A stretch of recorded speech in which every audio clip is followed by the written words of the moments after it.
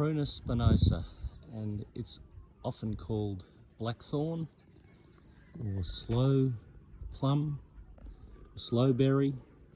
This is an amazing plant, and it's got a lot of history about it, from especially in the UK, where I remember reading that a mummy of a long deceased person from the Middle Ages had sloe berries, remnants of sloe berries in their stomach. So this plant's been used historically for a very, very long time by people. It's got medicinal herbal uses. You can make tea from the leaves, walking sticks from the branches. It makes a beautiful wood for burning because it makes very little smoke.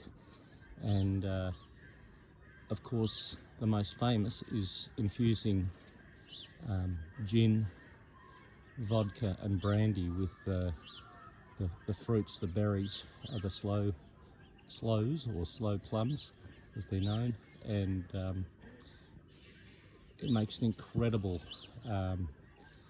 addition to the liquors with this fruit added to it. It really makes a lovely, strong, astringent, tart sort of flavour put with the alcohol. And of course, its most amazing and famous use, of course, is to make sloe gin, which I've done numerous times, from collecting kilos and kilos of berries and putting them with gin for 6 to 12 months minimum. But I've got some I've probably had 10, 15 years now, and it just gets better with age as the fruit blends with the gin over a long time. Just use a good quality gin. And I've even made used the pulp of these and frozen it and brought it out of the freezer as required to put on my with ice cream and for sweets, and also put it in the juice of and gravies and stuff when I'm cooking meat. It has so many uses, and such a lovely white blossom in the garden. Yes, they're a little prickly, hence blackthorn, but how many times are you going to hug this tree during the year? You don't really need to. And you can either make it like a thicket, like you would with a crataegus or hawthorn, or you can use it as an individual plant in the garden like this one. Incredibly hardy to cold, extreme cold or extreme heat and drought conditions. It just laughs at. It's a very hardy plant, and often forget about the blossom. I'm always taking pictures of the berries for my blogs, but I sometimes forget that as a blossom tree, it's pretty much unparalleled. It's a beautiful white blossom, absolutely en masse, and more of a large shrub to small tree, perhaps 3 to 5 meters. This one might be close to 4 meters, maybe a little more, and so not a massive plant, and can grow in semi-arid areas as well as extremely cold areas. If you've got a really, really extreme valley somewhere in Tasmania or southern Australia where you're getting frost below -5, 7, 8, 10, doesn't matter, just laughs at it.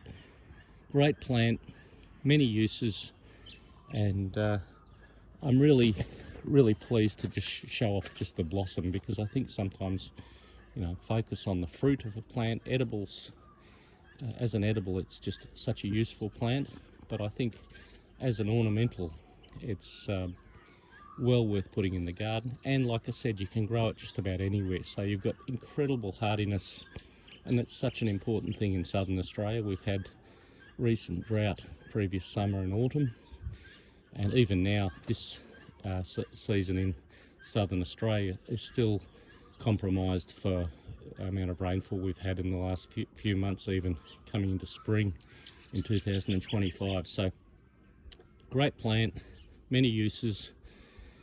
Have a dabble at just basically you can put the fruit with the pips, with the seeds, in gin and just let them marinate for 6 to 12 months before you drink it, and you'll get a really, if you drink it too soon, you won't get the full benefit of the combination with the gin.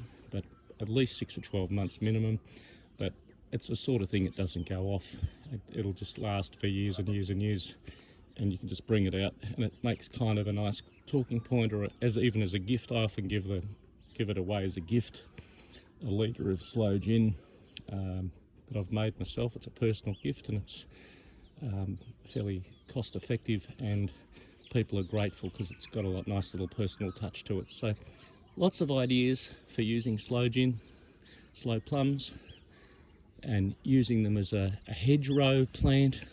If you've got a bit bigger property and you want to put a hardy deciduous hedgerow like you would a hawthorn, this is a good alternative. So many options for this plant as an ornamental and as a edible. Herbal medicinal uses are many. If you look up more detail online, you'll find a heap of details in my blogs on social media, on Facebook and Instagram, pointing out some of the medicinal herbal uses as well. Like I said, make wonderful walking sticks famously in the UK. And also the new one for me is that you can make tea out of the leaves, so which is very good medicinally and herbally as well. So great range of options for this plant, many uses, great ornamental, hardy, and well worth a try. So give your Sloe Plum, Prunus spinosa a try in your garden, and you won't be disappointed.